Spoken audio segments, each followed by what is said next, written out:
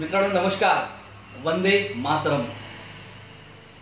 नुकतेच महाराष्ट्र विधिमंडळाचे पावसाळी अधिवेशन संपलं आणि या महाराष्ट्र विधिमंडळाच्या पावसाळी अधिवेशनामध्ये महाराष्ट्राच्या हिताचे, गोरगरीब जनतेच्या हिताचे, शेतकऱ्यांच्या हिताचे, कामगार हिताचे, जनसामान्यांच्या स्वप्नांसाठी मोदी सरकारने जे कामं केलेले आहेत त्याच धर्तीवरती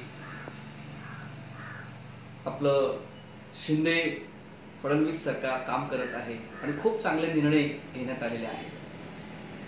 ते निर्णय जर बघितले आपण तर ते निर्णय देशहिताचे, समाजहिताचे, राज्यहिताचे आणि प्रत्येक व्यक्तीच्या सर्वांगीण विकासासाठी केलेला प्रयत्न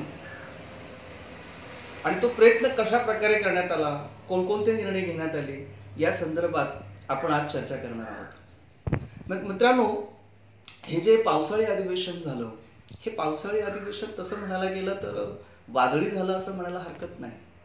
आणि जे विरोधक जे होते, गेल्या 2.5 वर्षात ज्यांनी सत्ता उपभोगली त्या विरोधकांनी या विधिमंडळाच्या कामकाजामध्ये व्यत्यय आणण्याचा प्रयत्न केला, हे त्यांचा अधिकार आहे.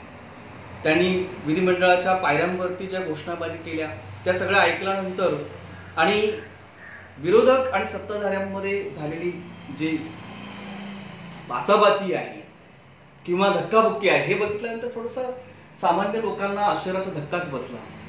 परंतु एक मित्रांनो, एक लक्षात ठेवा, आपल्याला एक त्याच्यातून किंवा सर्वसामान्य लोकांना आहे ना त्याच्यातून एक धडा मिळाला की विधिमंडळामध्ये कामकाज करणारे आपले सर्व आमदार हे आपल्या हितासाठी, जनकल्याणासाठी जास्तीत जास्त वेळ देणारे असावे, ना की एकमेकांवरती आरोप प्रत्यारोप करणारे. परंतु हे असे प्रसंग का निर्माण होतात याचा आता प्रत्येक आमदारांनी विचार करण्याची गरज आहे. विरोधकांनी चांगल्या कामासाठी हे सरकारला मदत करायला हवी, चांगल्या कामासाठी सरकारला सर्व प्रकारचं सहकार्य करायला हवं. आणि जिथे सरकार चुकतंय किंवा सरकारची बाजू चुकीची आहे, राज्याच्या हिताची नाही, लोककल्याणाची नाही, त्या ठिकाणी सरकारच्या विरोधात विरोधी पक्षाने काम करायला हवं, ना की त्यांचं सरकार पडलं आणि त्याला असणारे झालेले जे काही घडलेली घटना आहे त्या विरोधामध्ये घोषणाबाजी करणं आणि आत्ता जे सरकार आहे, शिंदे फडणवीस सरकार, भाजप शिवसेना सरकार, याच्या विरोधामध्ये घोषणाबाजी करून वेळ वाया घालवणं हे विरोधकांना न शोभणारं होतं.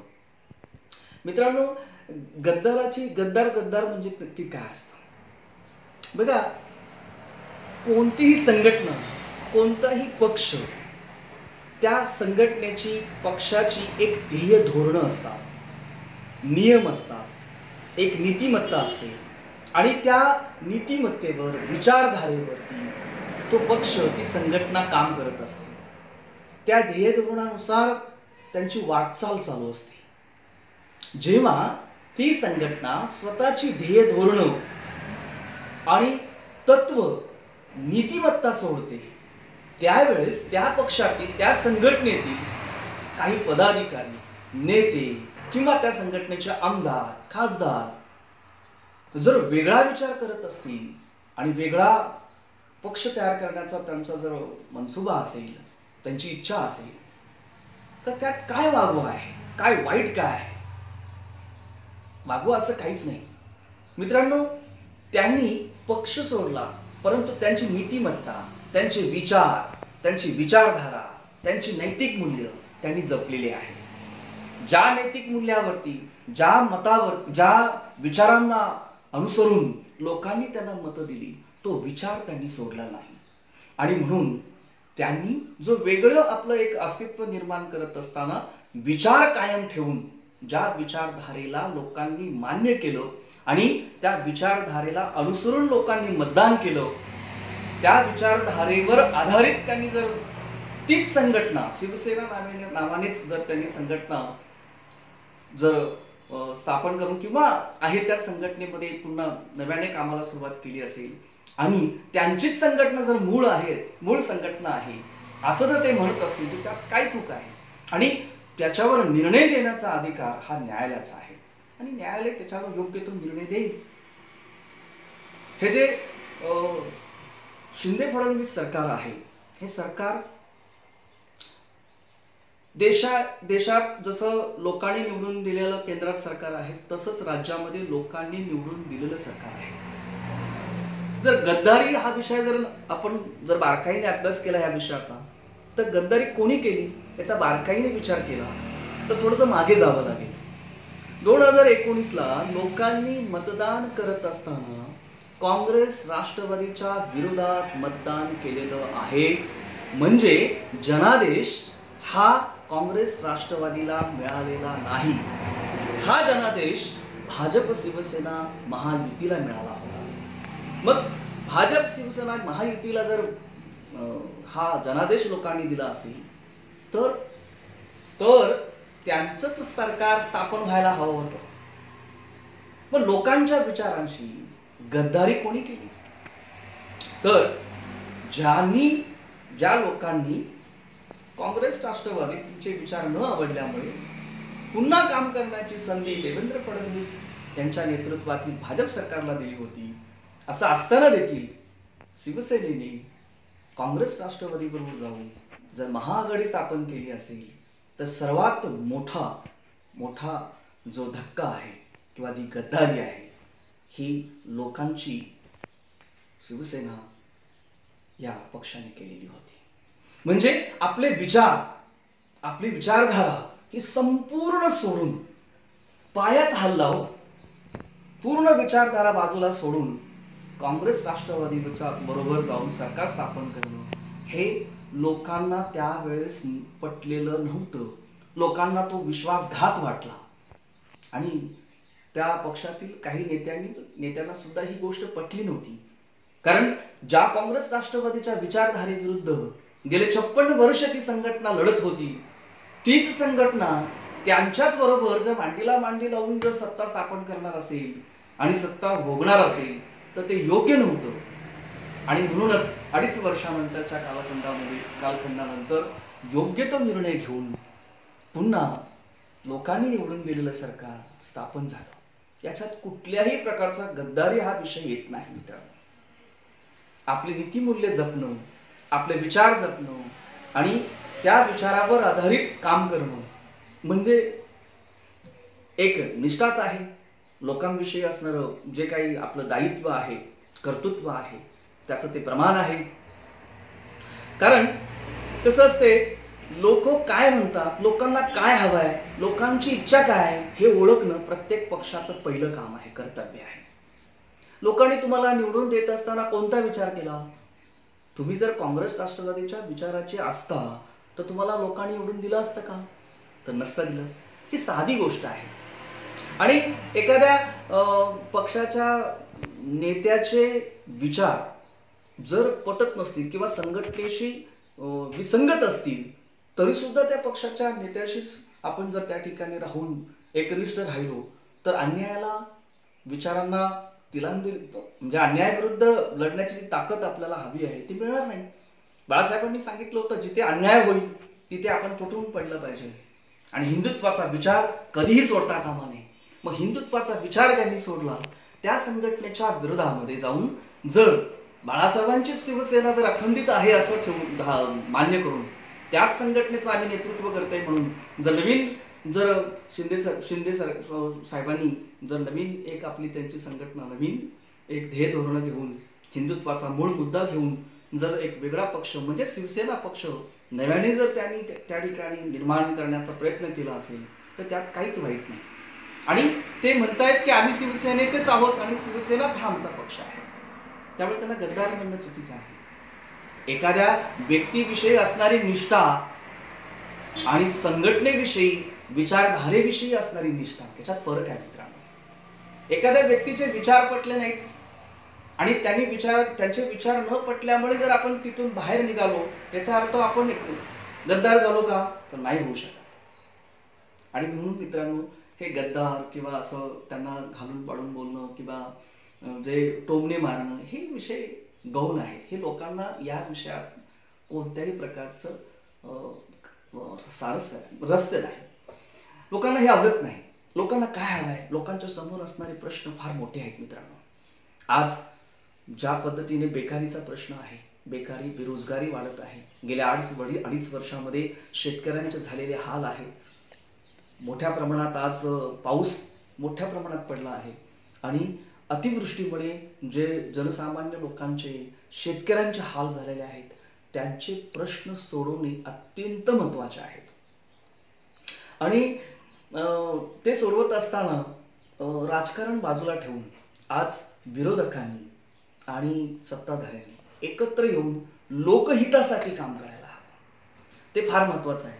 ह्या पावसाळी अधिवेशनामध्ये कोणत्या प्रकारचे निर्णय घेण्यात आले, ज्या निर्णयाचा लोकांवरती काय परिणाम होणार आहे आणि त्यातून लोकांना जो फायदा होणार आहे, त्या संदर्भात आपण खरंच चर्चा करायला हवी. आणि म्हणून काही मुद्दे मी लिहिले आहेत, जे पावसाळी अधिवेशनामध्ये विधिमंडळामध्ये मुख्यमंत्री आणि उपमुख्यमंत्री यांनी मांडलेले आहेत. तर अनेक मंत्र्यांनी आपलं मत त्या ठिकाणी व्यक्त केलं. अनेक ज्या योजना राबवण्यात येणार आहेत, अनेक जी कामं राज्य सरकारच्या माध्यमातून होणार आहेत, ती कामं कोणती आहेत, लोकहिताची जे निर्णय आहेत ते कोणते आहेत, त्या विषयावर आपण बोलूया. मित्रांनो, पावसाळी अधिवेशन, महाराष्ट्र विधिमंडळाचं पावसाळी अधिवेशन 2022 या अधिवेशनामध्ये महत्वाचा निर्णय म्हणजे गणेश उत्सवासाठी, आणि अनेक उत्सव आपण आता साजरे खूप मोठ्या प्रमाणात करतोय. आत्ताच आपण दहीहंडी सारखा उत्सव, जन्माष्टमी खूप धामधूम, खूप आनंदाने, हर्ष उल्हासाने साजरी केली. त्याच पद्धतीने आता आपण गणेश उत्सव सुद्धा साजरे करणार आहोत. आणि गणेश उत्सवासाठी राज्य सरकारने खूप चांगले नियम किंवा काही चांगल्या आनंददायक अशा गोष्टी सुद्धा आपल्यासाठी केलेल्या आहेत. त्या कोणत्या? ते गणेश उत्सवासाठी कोकणात जाणाऱ्या गणेश भक्तांसाठी पथकर टोल माफी करण्याचा निर्णय राज्य सरकारने घेतला आहे. निर्णयाची अंमलबजावणी 27 ऑगस्ट पासून, तसेच त्या संदर्भातले असणारे पासेस, स्टिकर्स हे पोलीस आणि परिवहन विभागाकडे उपलब्ध करण्यात आलेले आहेत. मुंबई गोवा राष्ट्रीय महामार्गासह सार्वजनिक बांधकाम विभागाच्या इतर रस्त्यावरील पथकर नाक्यावर देखील पथकर माफीची सवलत 27 ऑगस्ट ते 11 सप्टेंबर पर्यंत लागू असणार आहे. खूप चांगला निर्णय की बहुतांशी लोक कोकणात जातात किंवा इकडे पश्चिम महाराष्ट्र किंवा आपल्या गावी गणेश उत्सव साजरा करण्यासाठी जात असतात. मोठ्या प्रमाणात गणेश उत्सव हा चाकरमणी हे कोकणात जात असतात. त्यामुळे त्यांना टोल माफीसारखा एक चांगला निर्णय राज्य सरकारने घेतला आहे. या टोल माफी सवलतीसाठी गणेश उत्सव 2022 कोकण दर्शन अशा आशयाचे स्टिकर स्वरूपाचे पथकर माफी पास, त्यावर वाहन क्रमांक, चालकाचे नाव असा मजकूर लिहून ते स्टिकर आवश्यक त्या संख्येनुसार परिवहन विभाग, वाहतूक पोलीस संबंधित प्रादेशिक परिवहन विभाग यांनी समन्वय साधून पोलीस ठाणे, वाहतूक पोलीस चौकी, RTO कार्यालयामध्ये उपलब्ध करून द्यावेत असे आदेश देण्यात आलेले आहेत. हाच पास परतीच्या प्रवासासाठी देखील ग्राह्य धरण्यात येणार आहे. केंद्र राज्य शासनाच्या संघटित आणि असंघटित कामगारांसाठी काही खूप चांगले निर्णय घेण्यात आलेले आहेत. कारण केंद्राच्या योजना आणि राज्याच्या योजना यांच्यात समन्वय साधून संघटित असंघटित कामगारांसाठी राज्य सरकार आणि केंद्र सरकार काम करणार आहे. मित्रांनो, केंद्र आणि राज्य शासनाच्या संघटित असंघटित कामगारांच्या हिताच्या विविध योजना एकत्रितपणे समन्वयाने राबवणार असल्याचे कामगार मंत्री डॉक्टर सुरेश खाडे यांनी राष्ट्रीय परिसंवादात सांगितले. विधिमंडळाच्या मध्यवर्ती सभागृहात हिंदू हृदय सम्राट बाळासाहेब ठाकरे यांचे तैलचित्र लावण्याची मुख्यमंत्री एकनाथ शिंदे यांची मागणी मान्य करण्यात आली. विधिमंडळ सचिवालय पुढील 3 महिन्यात कारवाई करून सभागृहात तैलचित्र लावेल अशी घोषणा विधानसभेचे जे अध्यक्ष आहेत राहुल नार्वेकर यांनी केली. मित्रांनो, शिवसेना हा पक्ष ज्यांनी स्थापन केला, हिंदू हृदय सम्राट आदरणीय बाळासाहेब ठाकरे यांचं तैलचित्र आज या सरकारच्या माध्यमातून विधानसभेत लावण्यात येत आहे. खूप चांगली गोष्ट, जी अगोदर व्हायला हवी होती ती आता होणार आहे मित्रांनो. तसंच अशाच प्रकारे अनेक चांगले निर्णय राज्यातील उत्कृष्ट सार्वजनिक जे गणेशोत्सव मंडळ आहेत, त्या सार्वजनिक गणेश उत्सव मंडळ, घरगुती गणेश उत्सव यांच्यामध्ये एक चांगलं लोकांपर्यंत गणेश उत्सवाच्या माध्यमातून जनकल्याणाचं, लोकहिताचं काम झालं पाहिजे, एक संदेश लोकांपर्यंत गेला पाहिजे. आणि म्हणून राज्यातील उत्कृष्ट सार्वजनिक गणेशोत्सव मंडळांना स्पर्धा घेऊन पुरस्कार देण्याचा निर्णय सांस्कृतिक कार्य विभागाने घेतल्याची माहिती मंत्री सुधीर मुनगंटीवार यांनी दिलेली आहे. मुनगंटीवार यांनी असं म्हटलं की या स्पर्धा ज्या आहेत, गणेश उत्सव स्पर्धा, या स्पर्धांच्या माध्यमातून एक समाजहिताचं, राष्ट्रहिताचं वातावरण निर्माण करून लोकांपर्यंत एक चांगला संदेश द्यायचा आहे. सुधीर भाऊंचं यासाठी सुद्धा आपण कौतुक आणि आभार मानले पाहिजेत की त्यांनी आदेश दिलेला आहे की फोन वाजला की कार्यालयीन फोन जेव्हा वाजतात तेव्हा किंवा त्यांच्याकडून जे आपल्याला फोन येतात त्यावेळेस वंदे मातरमनी सुरुवात करायची. आज आपण काय करतो, फोन आला किंवा आपण बोलताना काय म्हणतो, हॅलो म्हणतो. त्या हॅलो म्हणण्यापेक्षा वंदे मातरम किंवा आपल्याला वाटलं रामराम म्हणावं, नमस्कार म्हणावं तरी चालेल, पण हॅलो म्हणू नये. इंग्रज गेले पण मानसिक गुलामगिरी जी आपली आहे ती काही संपली नाही. आणि म्हणून इंग्रजांचा अंश सुद्धा शिल्लक राहता कामा नये. त्या गुलामगिरीची आठवण आपल्यातून पूर्णपणे नष्ट झाली पाहिजे. आणि त्याच्यासाठी एक उत्तम हा निर्णय आहे असं म्हणायला हरकत नाही. आपण ह्या स्पर्धेत तर भाग घेणारच आहोत, तर त्याचबरोबर आपण फोन आला किंवा केला की आपण वंदे मातरम म्हणायचं. काय म्हणायचं? वंदे मातरम मित्रांनो. तर वंदे मातरमने आपण आपल्या कामाची किंवा फोनवर बोलताना, संभाषण करताना आपण सुरुवात करूया. आणि वन विभागाने आजपासून तर सुरुवात केलेलीच आहे. वंदे मातरम म्हणून फोन करायला किंवा फोन घ्यायला आज सुरुवात झालेली आहे. तर आपण पण वंदे मातरम म्हणूया मित्रांनो. किंवा तुम्हाला जे योग्य वाटेल, श्रीराम म्हणता येईल, जयराम म्हणता येईल किंवा जय भारत म्हणता येईल, जय हिंदुस्तान म्हणता येईल, जे देश हिताचा आहे ते आपण, म्हणजे फक्त इंग्रजांचा जो शब्द आहे ते सोडून आपण आपली सांस्कृतिक भाषा जपूया, संस्कार संस्कृती जपण्याचं काम करूया. तर राज्य स्तरावर आणि जिल्हा स्तरावर ही जी स्पर्धा होणार आहे, या स्पर्धेत आपण सर्वांनी भाग घेऊया. भारतीय संरक्षण दलामार्फत राज्यात घेण्यात येणाऱ्या 5 भूदल सैन्य भरती मेळाव्यासाठी अनुदानात वाढ करण्यात आलेली आहे. जे 6 लाखावरून 9 लाखापर्यंत इतकी वाढ करण्यात आली आहे. यावर्षी एकूण 10 मेळाव्यांसाठी 60 लाख इतक्या रकमेस मान्यता देण्यात आलेली आहे. अनुसूचित जातीच्या व नवबौद्ध घटकातील 75 विद्यार्थ्यांची परदेशी शिष्यवृत्ती करता निवड करण्यात आलेली आहे. या योजनेअंतर्गत 2022-23 या वर्षासाठी 150 कोटी रुपयाची तरतूद करण्यात आलेली आहे. तर अशा प्रकारे मागासवर्गीय जे विद्यार्थी आहेत त्यासाठी सुद्धा राज्य सरकार खूप चांगलं काम करत आहे. राज्यातील जास्तीत जास्त खेळाडूंनी खेळाकडे आकर्षित व्हावं. आणि अनेक खेळ आहेत, सांघिक खेळ आहेत, अनेक जे मैदानी खेळ आहेत त्यामध्ये किंवा आउटडोर इनडोर जे गेम आहेत त्या गेममध्ये प्रत्येकाने सहभाग घ्यावा आणि देशाचं नाव आज पूर्ण भारतामध्ये आणि भारताच्या बाहेर जगभर पसरावं. यासाठी महाराष्ट्रातील खेळाडूंना प्रोत्साहन देण्यासाठी काही योजना राबवण्यात येणार आहेत. तर खेळाडूंना खेळाकडे आकर्षित व्हावे यासाठी आंतरराष्ट्रीय क्रीडा स्पर्धांमध्ये त्यांनी सहभाग घ्यावा. राष्ट्रकुल क्रीडा स्पर्धा 2022 मधील पदक विजेते जे आहेत त्या खेळाडूंना सन्मानित करण्यासाठी त्यांची बक्षीस रक्कम आहे त्याच्यामध्ये वाढ करण्यात आलेली आहे मित्रांनो. राष्ट्रकुल क्रीडा स्पर्धेतील सुवर्ण पदक विजेते जे खेळाडू असायचे त्यांना अगोदर 10 लाख रुपये देण्यात येत होते. ती रक्कम वाढवून आज 50 लाख रुपये करण्यात आलेली आहे. आणि रौप्य पदक विजेत्यासाठी 7.5 लाख होते ते आता 30 लाख रुपये देण्यात येणार आहेत. तर कांस्य पदक विजेत्या खेळाडूला अगोदर 5 लाख रुपये देण्यात येत होते ते आता 20 लाख रुपये देण्यात येणार आहेत. म्हणजे जे खेळाडू देशाचा मान सन्मान, राज्याचा मान सन्मान जगभर पसरवतात त्या खेळाडूंच्या मानधनामध्ये मोठी वाढ राज्य सरकारने केलेली आहे. त्याबद्दल राज्य सरकारचे आपण आभार व्यक्त करायला हवे. पुढे महाराष्ट्र आरक्षण, मराठा आरक्षण अन्य मागणीसाठी मुख्यमंत्री यांच्या अध्यक्षतेखाली झालेल्या बैठकीत राज्य शासनाच्या विविध विभागांमार्फत घेण्यात आलेल्या विविध पदांवरील परीक्षेत मराठा आरक्षण घेऊन निवड सूचीत असलेल्या 1064 उमेदवारांना तत्काळ नियुक्ती देण्यात येईल अशा प्रकारचा निर्णय आज घेण्यात आलेला आहे मित्रांनो। तर मराठा आरक्षणाच्या माध्यमातून मराठा समाजातील तरुणांना बघा, एक वेळ असं होता की मराठी समाज हा देणारा होता।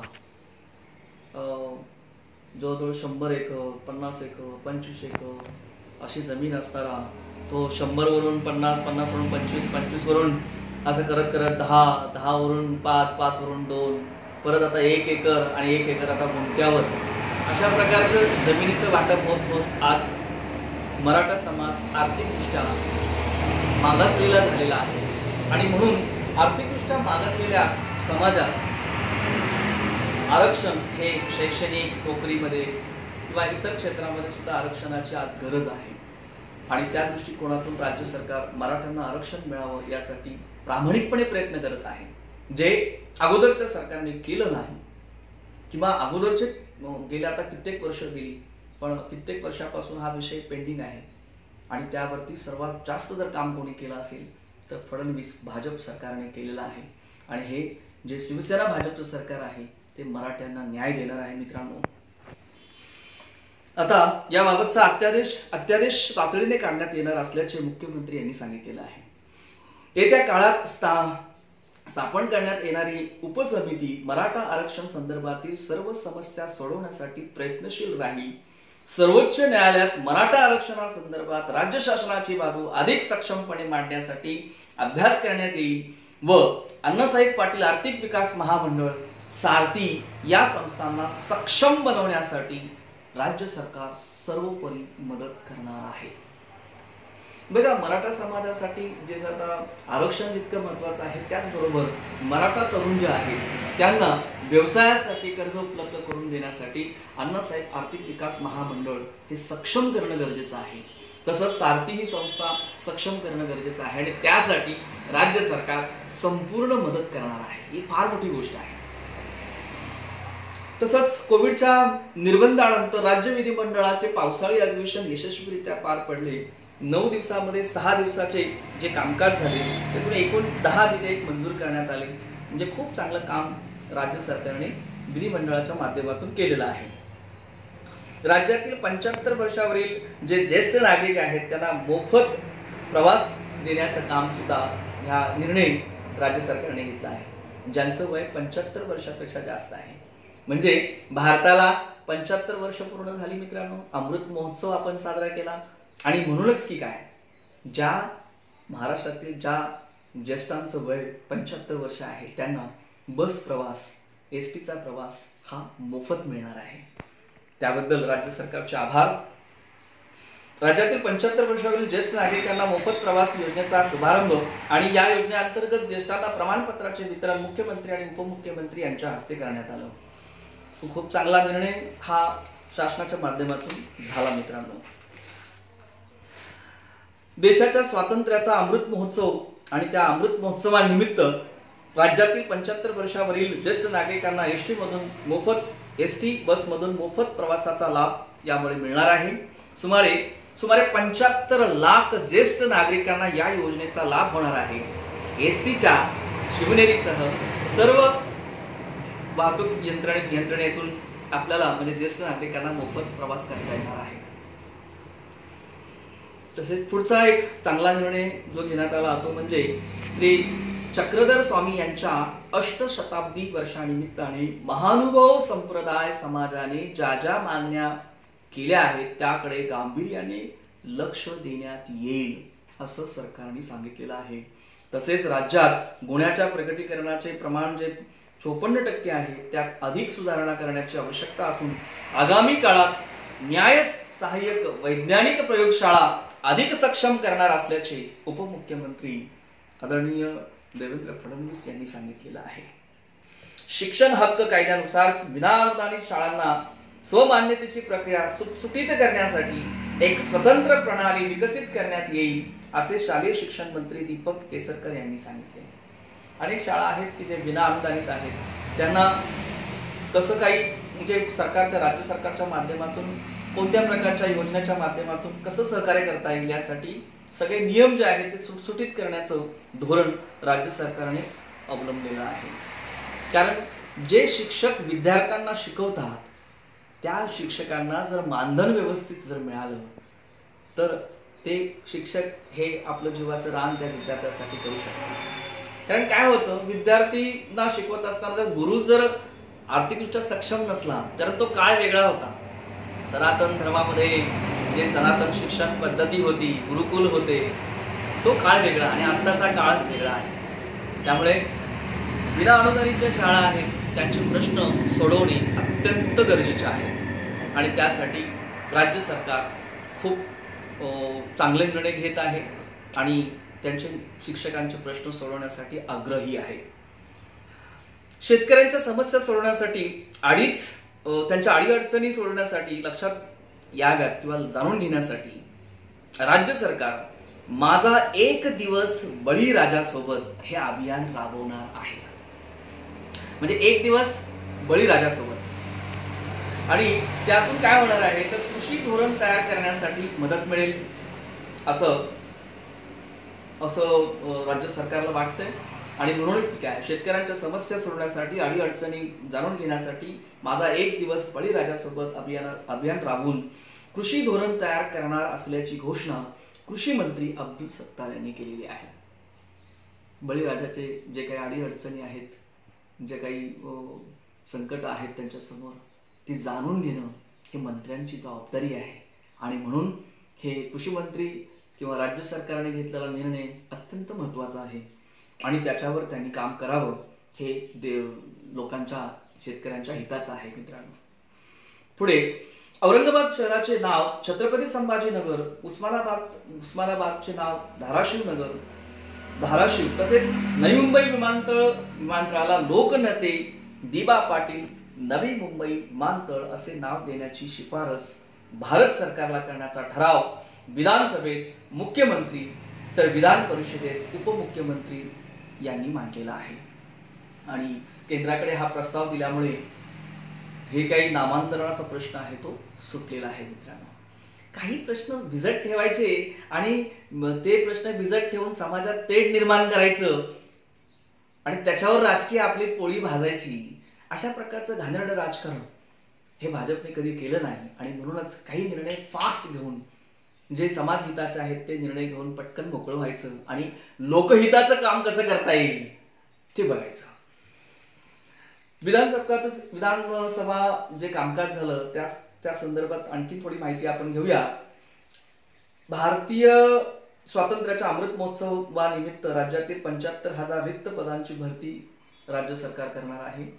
देशाचा अमृत महोत्सव आणि त्यानिमित्त 75,000 लोकांना, नागरिकांना नोकरी देण्याचं काम राज्य सरकार करणार आहे. 75,000 पेक्षा जास्त नोकर भरती होणार आहे. मेट्रो कार शेड आरे येथेच उभारले जाईल.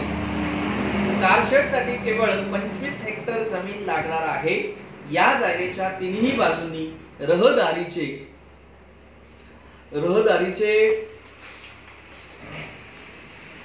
तिन्ही बाजूंनी रहदारी आहे. त्याबाबत मदान समिती आणि सौनिक समितीनेही आरे येथील जागाच कार शेडसाठी उपयुक्त असल्याची शिफारस केल्याचे मुख्यमंत्री यांनी सांगितलेले आहे. जो मेट्रोचा प्रकल्प आहे ना, तो कधी कुठेही कुठल्याही राजकारणात अडकता कामा नये. कारण मेट्रो ही मुंबईतील जनसामान्य लोकांची लाईफलाईन आहे आणि जो त्रास त्यांना होतोय प्रवासामध्ये, तो त्रास त्यांचा जर वाचवायचा असेल तर मेट्रोचं जाळं फटाफट त्याचं विणलं गेलं पाहिजे. मेट्रो बरोबर बुलेट ट्रेनचा जो प्रस्ताव आहे, बुलेट ट्रेनवरती पण झपाट्याने काम झालं पाहिजे. दळणवळण जितकं फास्ट होईल तितकं आणि सुविधा जेवढ्या वाढतील तेवढ्याच लोकांचं जे जाणं येणं आहे, होणारा त्रास आहे तो कमी होईल, वेळ वाचेल, पैसा वाचेल. आणि त्याच्यावरती राज्य सरकार खूप चांगल्या प्रकारे काम करत आहे. आता मुंबईचा प्रश्न जर आपण बघितला तर घराचा प्रश्न मुंबईमध्ये फार मोठ्या प्रमाणात भेडसवतो लोकांना. तर त्या संदर्भात राज्य सरकार खूप चांगलं काम भविष्यात करणार आहे. बीडीडी चाळीचा पुनर्विकास गतीने पूर्ण केला जाणार आणि पुनर्विकास इमारतीमध्ये पोलिसांना केवळ 15 लाखामध्ये घर उपलब्ध होणार. गृहनिर्माण धोरणामध्ये विशेष तरतूद केली जाईल असं राज्य सरकारने सांगितलेलं आहे. म्हणजे बीडीडी चाळीमध्ये जसं सर्वसामान्य लोकांना घरं मिळणार आहेत, तसंच पोलिसांना सुद्धा खूप कमी किमतीमध्ये 15 लाखात घर मिळणार आहे मित्रांनो. कारण तो आपल्या महाराष्ट्राचा, सर्वसामान्य जनतेचा, राज्याचा संरक्षक आहे आणि त्या संरक्षकाला स्वतःचं घर कमी किमतीमध्ये देणं हे आपलं कर्तव्य आहे आणि राज्य सरकारने आपलं कर्तव्य पूर्ण करण्याचं काम केलेलं आहे मित्रांनो. कोविड महामारीच्या पार्श्वभूमीवर मुंबईतील मालमत्ता कराची वाढ करण्यात आली नव्हती. तीच आता सुद्धा या सरकारने सुद्धा आणखी 1 वर्ष मालमत्ता करामध्ये कोणत्याही प्रकारची वाढ केलेली नाही. उल्हासनगरमधील अनधिकृत बांधकामे नियमित करण्यासाठी प्रशासन शुल्क प्रति चौरस मीटर 2200 रुपये आकारले जाणार आहे. जे अनधिकृत बांधकामं आहेत ती अधिकृत जे काही दंड लावून ते अधिकृत करण्याचा निर्णय राज्य सरकारने घेतलेला आहे. अतिवृष्टीमुळे नुकसान झालेल्या शेतकऱ्यांना एनडीआरएफच्या निकषापेक्षा जास्त मदत तत्काळ दिली. पूर्वी केवळ 5,000 असणारी मदत आता 15,000 रुपये देण्यात येणार आहे. म्हणजे जे पूरग्रस्त जनता आहे त्या पूरग्रस्त लोकांसाठी सुद्धा खूप चांगला निर्णय. 5,000हून डायरेक्ट 15,000ची मदत आज राज्य सरकार करणार आहे. परभणी जिल्ह्यातील कर्नल समीर बळवंत गुजर यांना मेन्शन इन डिस्पॅच हे पदक, तर रायगड जिल्ह्यातील कर्नल राघवेंद्र सलगर यांना सेना पदक मिळाले. याबद्दल श्री गुजर यांना महाराष्ट्र गौरव पुरस्कार योजनेअंतर्गत 6 लाख तर सलगर यांना 23,000 रुपयाचे अनुदान मंजूर करण्यात आलेले आहे. सैनिकांचा सन्मान सुद्धा राज्य सरकार करत आहे.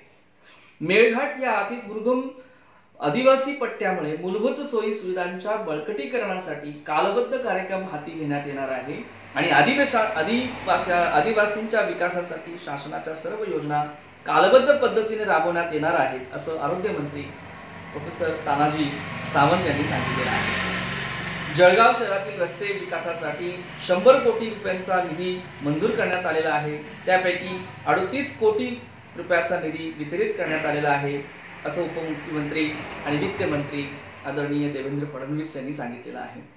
माझा गणेशोत्सव माझा अधिकार या अंतर्गत सुद्धा खूप चांगल्या प्रकारचं काम आज ह्या राज्य सरकारच्या माध्यमातून होणार आहे मित्रांनो. या विषय संबंधी गणेशोत्सव देखावा सजावट स्पर्धेचे आयोजन करण्यात आले आहे. सर्वांनी या स्पर्धेत भाग घ्यावा असे आवाहन मुख्यमंत्री यांनी केलेलं आहे, उपमुख्यमंत्री यांनी केलेलं आहे. असे आवाहन करत असताना मुख्य निवडणूक अधिकारी श्रीकांत देशपांडे यांनी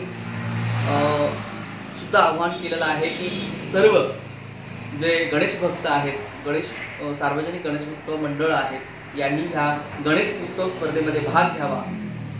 आणि श्रीकांत देशपांडे यांनी सुद्धा आवाहन करून सांगितलेलं आहे की या स्पर्धेत सर्वांनी भाग घ्या. या स्पर्धेचा सविस्तर जी नियमावली आहे की आपल्याला महाराष्ट्र राज्याच्या वेबसाईटवरती बघायला मिळेल. ही स्पर्धा 31 ऑगस्ट ते 9 सप्टेंबर ह्या कालावधीत आपला होणार आहे आणि आपले देखावे जे आहेत, सजावट आहे, छायाचित्र आहेत, ध्वनिचित्रफित आहे, ही आपल्या वेबसाईटवरती आपण पाठवायची आहे. अशा अनेक निर्णय राज्य सरकारने घेतलेले आहेत. राज्य सरकार लोकांच्या हिताची कामं करत आहेत आणि लोकहिताची कामं करत असताना जे काही चांगले निर्णय आपण घेतलेले आहेत सरकारने, त्याची आपण वाहवा करायला हवी, त्यांचं कौतुक करायला हवं, त्याची प्रशंसा करायला हवी. आणि जेवढी प्रशंसा आपण करत आहोत तितकंच विरोधकांनी सुद्धा करायला हवी, असं माझं प्रामाणिक मत आहे. तर आपण सर्वांनी जे विधिमंडळात झालेलं कामकाज आपण जर बघितलं तर ते कामकाज खूप चांगल्या प्रकारचं झालेलं आहे आणि त्याविषयी आपण सर्वांनी समाधान व्यक्त करायला हवं. आणि पुढील जो येणारा काळ आहे त्या काळात सुद्धा राज्य सरकार खूप चांगलं काम करेल अशी आपण अपेक्षा बाळगायला हरकत नाही आणि ते काम करतच आहे राज्य सरकार. आणखीन काही प्रस्ताव होते, त्या प्रस्तावावरती विरोधकांनी विचारलेल्या प्रश्नावरती राज्य सरकारच्या वतीने देवेंद्र फडणवीसजी आणि एकनाथ शिंदे साहेब यांनी सुद्धा उत्तरं दिली. त्या संदर्भात थोडक्यात मी मला आणखी माहिती देतो. मराठी भाषेला अभिजात भाषेचा दर्जा देण्याचा प्रस्ताव लवकरात लवकर मंजूर व्हावा यासाठी पंतप्रधान नरेंद्र मोदीजी यांच्याकडे पत्राद्वारे आग्रही मागणी राज्य सरकारने केलेली आहे। मराठी भाषेला अभिजात भाषेचा दर्जा देण्यात महाराष्ट्र शासनाने स्थापन केलेल्या तज्ञ समितीच्या अहवालानुसार राज्य शासनाने 16 नोव्हेंबर 2013 रोजी केंद्र शासनाला सविस्तर प्रस्ताव सादर केला आहे।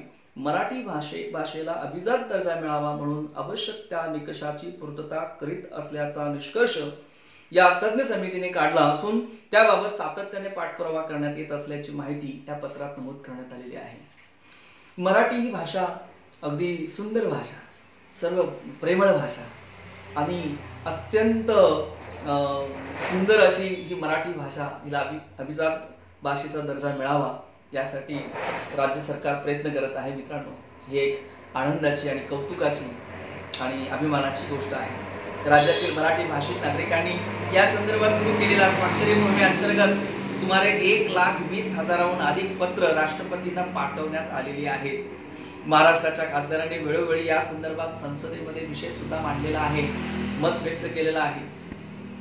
विधिमंडळाच्या पावसाळी अधिवेशनादरम्यान विधानसभेत नियम 293 अन्वये झालेल्या चर्चेला उत्तर देताना जो प्रश्नाला उत्तर देताना काही विषय मांडण्यात आले, त्या संदर्भात शेती क्षेत्रासाठी जाहीर केलेले महत्त्वाचे निर्णय त्या ठिकाणी मांडण्यात आले। अतिवृष्टीमुळे 65 मिलीमीटर पेक्षा जास्त झालेला नुकसान भरपाई देण्यात येणार आहे। मात्र आजपर्यंत सततची मागणी लक्षात घेता सततच्या मुसळधार पावसामुळे 33% पेक्षा जास्त नुकसान झाले असल्यास त्याचे पंचनामे करून शेतकऱ्यांना नुकसान भरपाई देण्यात येईल। गोगलगाई, येलो मोझॅक सारख्या कीड रोगांचा प्रादुर्भाव होणारे नुकसान याबाबतचे पंचनामे करण्याचे निर्देश देण्यात आले असून अशा प्रकारच्या किडीमुळे होणाऱ्या शेती पिकाच्या नुकसानीसाठी देखील नुकसानग्रस्त शेतकऱ्यांना मदत देण्यात येणार आहे। झालेल्या पावसाचे व हवामान विषयक बाबींचे मोजमाप करण्यासाठी यापूर्वी प्रत्येक 2400 महसूल मंडळात एक स्वसंचलित हवामान केंद्र उभारण्यात आलेले आहे। ही संख्या अपुरी असल्यामुळे स्वसंचलित हवामान केंद्राची संख्या वाढवण्यात येणार आहे। त्यामुळे शेतकऱ्यांना अचूक हवामान अंदाज मिळेल व विमा दावे वेगाने निकाली काढता येतील। एक चांगला निर्णय। पीक नुकसान भरपाईसाठी विमा कंपनीकडे फोन करून सूचना देण्यात येतात। तसेच कृषी कार्यालय, तहसील कार्यालय किंवा ज्या बँकेत विमा भरलेला आहे अशा ठिकाणी नुकसानीची सूचना अर्ज स्वीकारले जातील, हे अर्ज ग्राह्य धरले जातील अशा लेखी सूचना विमा कंपन्यांना देण्यात आले आहेत किंवा देण्यात येतील। नियमित कर्जफेड केलेल्या शेतकऱ्यांना 50,000 रुपये प्रोत्साहन अनुदान वाटप सप्टेंबर महिन्यात सुरू केलेले आहे। हे सप्टेंबर महिन्यात सुरू केले जाईल। तर अतिशय महत्त्वाचा प्रश्न होता, जे नियमित कर्ज फेडतात त्या शेतकऱ्यांचा, तो प्रश्न सुद्धा मार्गी लागलेला आहे। सप्टेंबर महिन्यामध्ये शेतकऱ्यांच्या खात्यामध्ये हे 50,000 जे प्रोत्साहन अनुदान आहे ते वितरित होणार आहे। नैसर्गिक आपत्तीमुळे होणाऱ्या नुकसान संदर्भात मदतीची रक्कम बाधितांना देण्यासाठी होणारा विलंब कमी करण्यासाठी पंचनाम्यासाठी मोबाईल ॲपचा वापर करण्यात येईल। त्यावर मोबाईल ॲप्लिकेशनद्वारे ई पंचनामे करणे, यासाठी आवश्यक निधीची मागणी करणे, संबंधितांच्या आधार लिंक बँक खात्यात थेट पैसे जमा करणे अशा प्रकारची प्रणाली नव्याने विकसित करण्यात येत आहे। यामध्ये रिमोट सेन्सिंग तंत्रज्ञानाचा, सॅटेलाइट इमेज वापर करण्यात येणार आहे। तसेच ड्रोन तंत्रज्ञानाचा सुद्धा वापर करण्यात येणार आहे। राज्यात ज्या क्षेत्रामध्ये दरड कोसळणे किंवा वारंवार पूर येणे इत्यादी आपत्तीप्रवण क्षेत्र आहेत, तिथे नागरिकांना सतत धोकादायक स्थितीमध्ये राहावे लागते। अशा नागरिकांच्या पुनर्वसनाचे कोणतेही धोरण नाही। अशा क्षेत्राच्या पुनर्वसनाबाबत लवकरच धोरण निश्चित करण्यात येत आहे। त्यामुळे होणारे संभाव्य जीवितहानी मोठ्या प्रमाणात टाळता येईल। डिजिटल शेती अभियानांतर्गत बियाणांची traceability, blockchain model, artificial intelligence, cooperative society, किसान उत्पादक समूहाचे FPO संगणकीकरण इत्यादी कार्य हाती घेतली जात आहेत। त्यामुळे उच्च दर्जाचे बियाणे खते शेतकऱ्यांना योग्य दरात मिळून त्यांचे उत्पन्न वाढणार आहे. तर अशा प्रकारे शेतकऱ्यांसाठी अत्यंत महत्त्वाचे निर्णय राज्य सरकारने घेतलेले आहेत मित्रांनो, आणि त्यानुसार काम आज होत आहे. आधुनिक शेतीमध्ये drone technology, nano urea irrigation, ॲटोमायलिस कंट्रोल, कल्टिवेशन या टेक्नॉलॉजीचा वापरास शासनाद्वारे पाठिंबा दिला जात आहे. पीक विविधीकरण अंतर्गत तेलबिया, डाळ वर्गीकरण पिके, फलोत्पादन यावर विशेष भर देण्यात येऊन मूल्य साखळी विकसित करण्यात येईल. उच्च मूल्य दर्जाची पिके आणि फलोत्पादक पिके यांना प्रोत्साहन देण्यासाठी एक संपूर्ण इकोसिस्टीम तयार केली जात आहे. कृषी क्षेत्रामध्ये सुगंधित आणि औषधी वनस्पती लागवड उत्पादन करण्यासाठी त्यांना योग्य त्या सुविधा व केंद्रासमवेत सहजीवन साधण्याचे कार्य प्रभावी पद्धतीने केले जात आहे.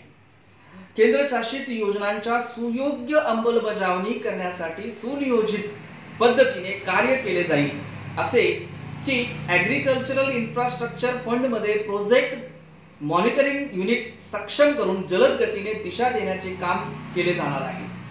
जैविक शेती, नैसर्गिक शेती या संदर्भात केंद्राच्या योजना प्रभावीपणे राबवण्यात येतील असे सांगण्यात आलेले आहे, आणि या योजना प्रभावीपणे राबवून जेणेकरून आपली शेती विषमुक्त होईल यासाठी राज्य सरकार लक्ष देत आहे. शेतकऱ्यांचे उत्पन्न वाढवण्यासाठी शेत शिवार ते बाजारपेठेपर्यंत असणारे संपूर्ण दर्जात्मक साखळी तयार करण्याच्या दृष्टीने पावले उचलली जात आहेत. किसान उत्पादक समूह प्रोत्साहन देण्यासाठी कार्य केले जात आहे. महाराष्ट्रातील शेतकऱ्यांच्या आत्महत्या कमी करण्यासाठी सर्वकष कृषी आराखडा शासनाच्या विविध विभागांच्या समन्वयाने तयार करण्याची कारवाई करण्यात येत आहे.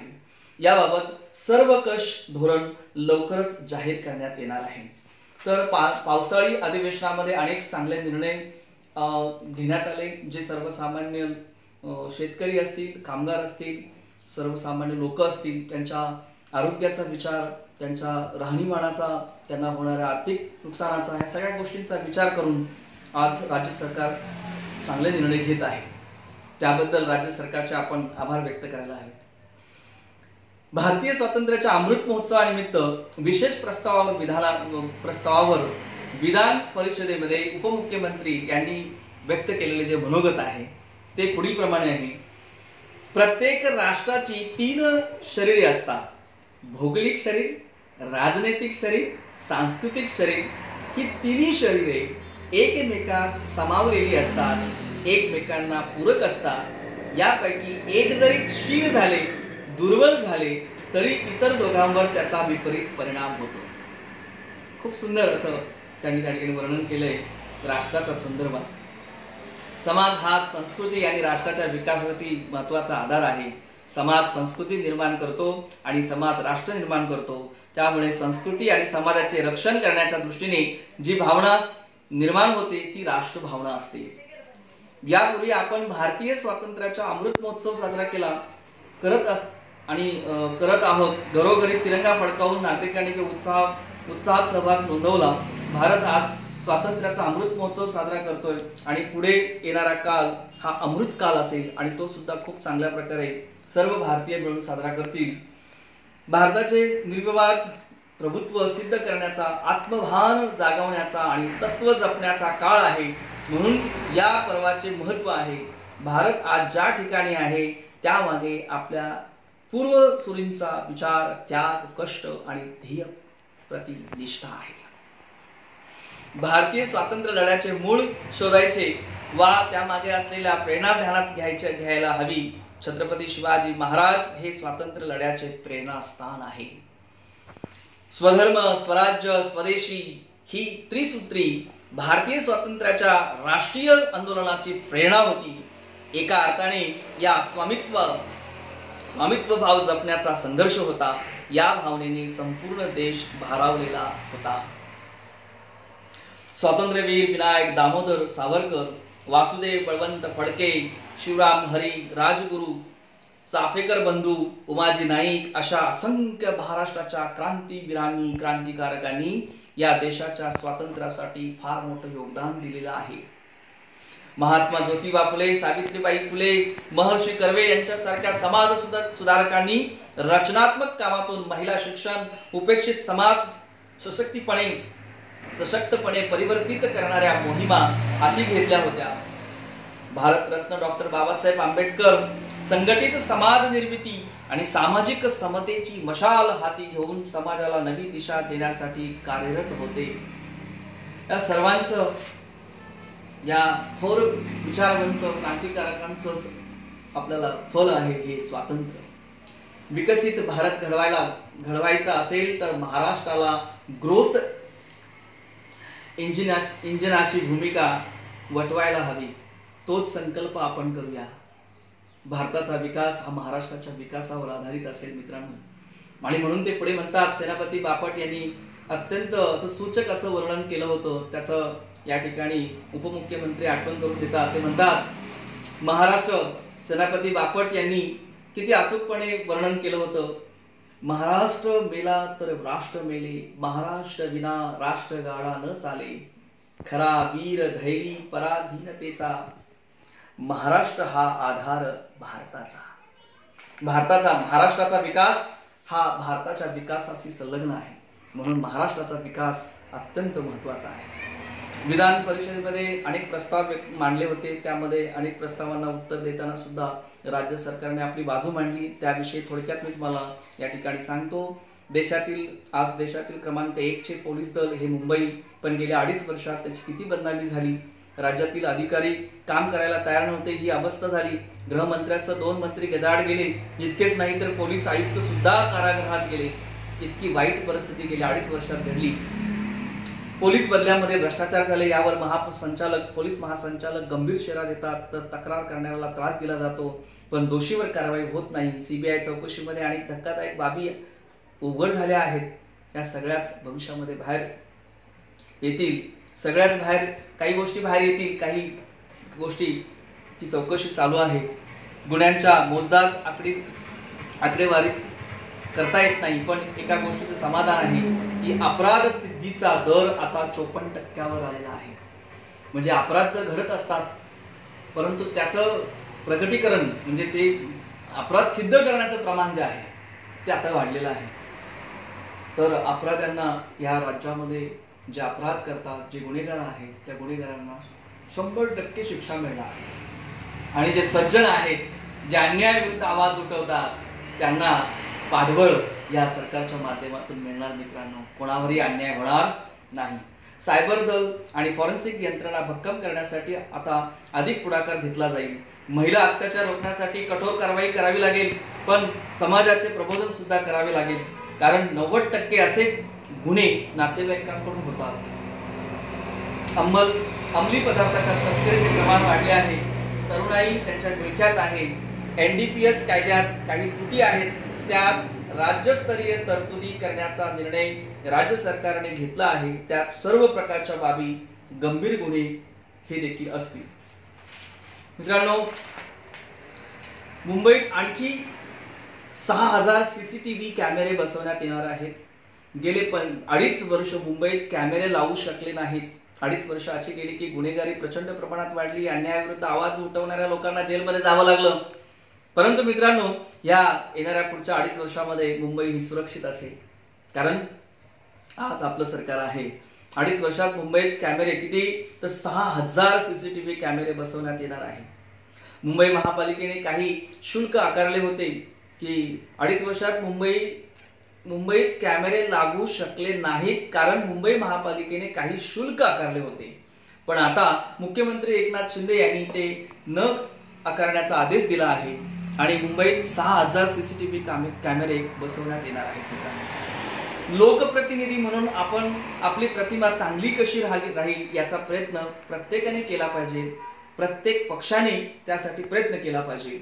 मुंबईतील रस्ते सुधारण्याचा मोठा कार्यक्रम हाती घेण्यात येईल. राज्यातील खड्डे दुरुस्त करण्याचा कालबद्ध कार्यक्रम राज्य सरकारने हाती घेतलेला आहे.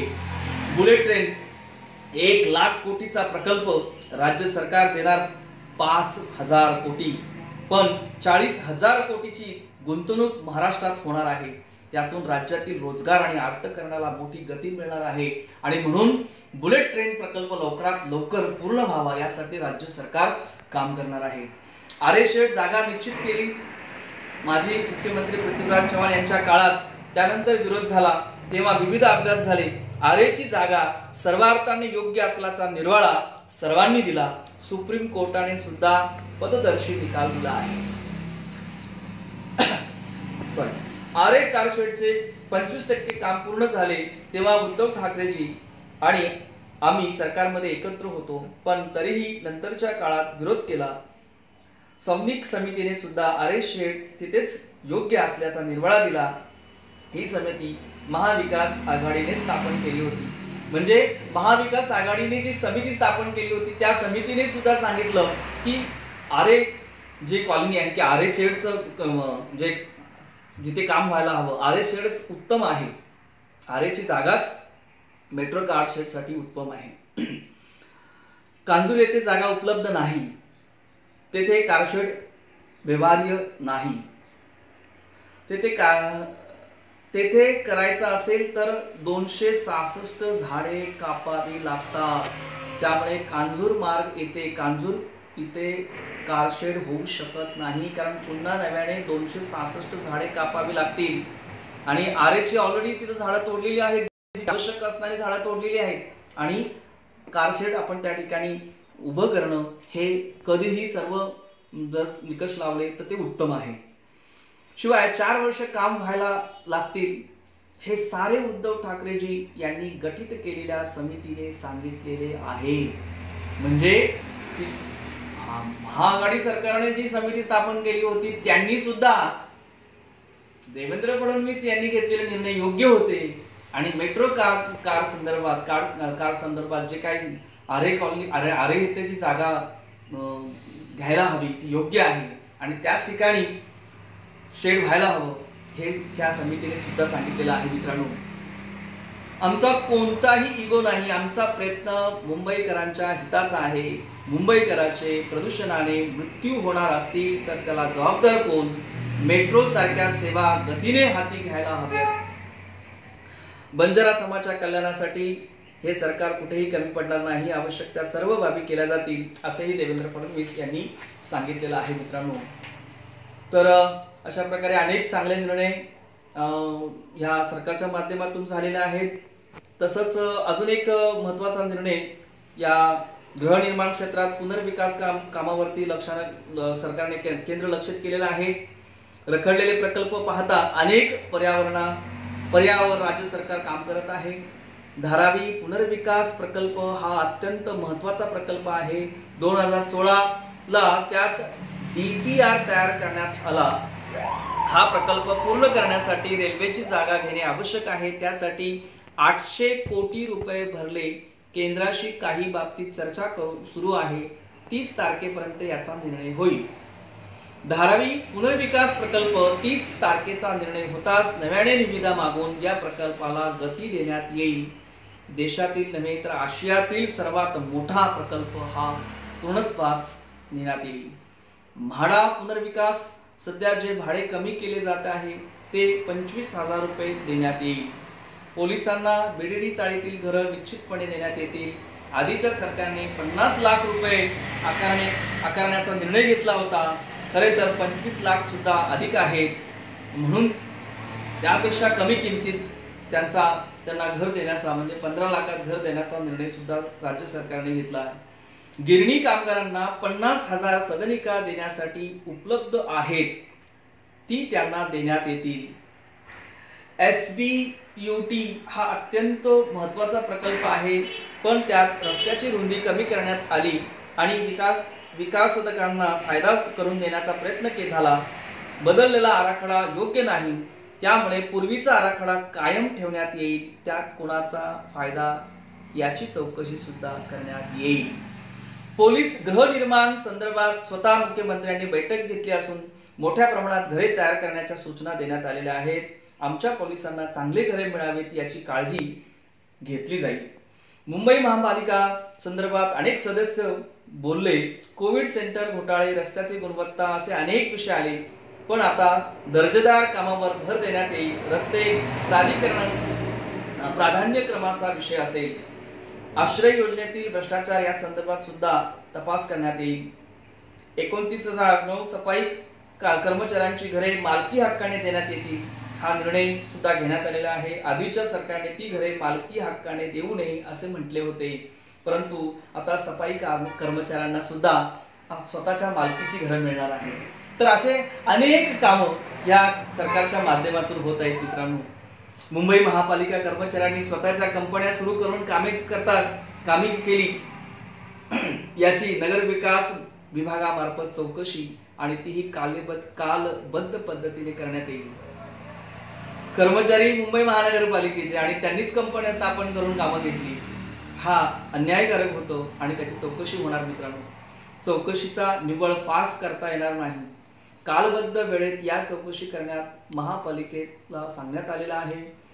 कॅट CAG चे विशेष ऑडिट मुंबई महापालिकेत करण्यात येईल. तर अशा प्रकारे खूप चांगले निर्णय आज राज्य सरकारच्या माध्यमातून पावसाळी अधिवेशन जे झालं त्या अधिवेशनात घेण्यात आले.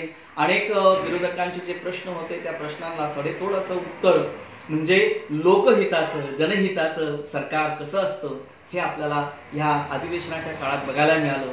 आणि म्हणून मित्रांनो, आपण सर्वांनी सतसत विवेकबुद्धी जागृत ठेवून आपला उमेदवार निवडला पाहिजे. चांगलं सरकार जे लोकांच्या हिताचं जनकल्याणाचं काम करेल त्यांना आपण निवडून आणलं पाहिजे. आणि तुम्हा सर्वांचे सुद्धा सर्व जनतेचे आभार व्यक्त करायला हवेत की त्यांनी एक चांगलं सरकार स्थापन करण्यासाठी मतदान केलं होतं. काही मधला काळ हा वाईट चुकीचा झाला, अधर्माचा अनैतिकतेचा झाला, तो जर आपण सोडला तर आता पुन्हा हे आपलं सरकार आलेलं आहे आणि आता हे सरकार जनहिताचं काम करत आहे. मित्रांनो, ह्या सरकारला आपण शुभेच्छा देऊया, आभार व्यक्त करूया त्यांचं. या ठिकाणी थांबूया. जय हिंद, जय महाराष्ट्र.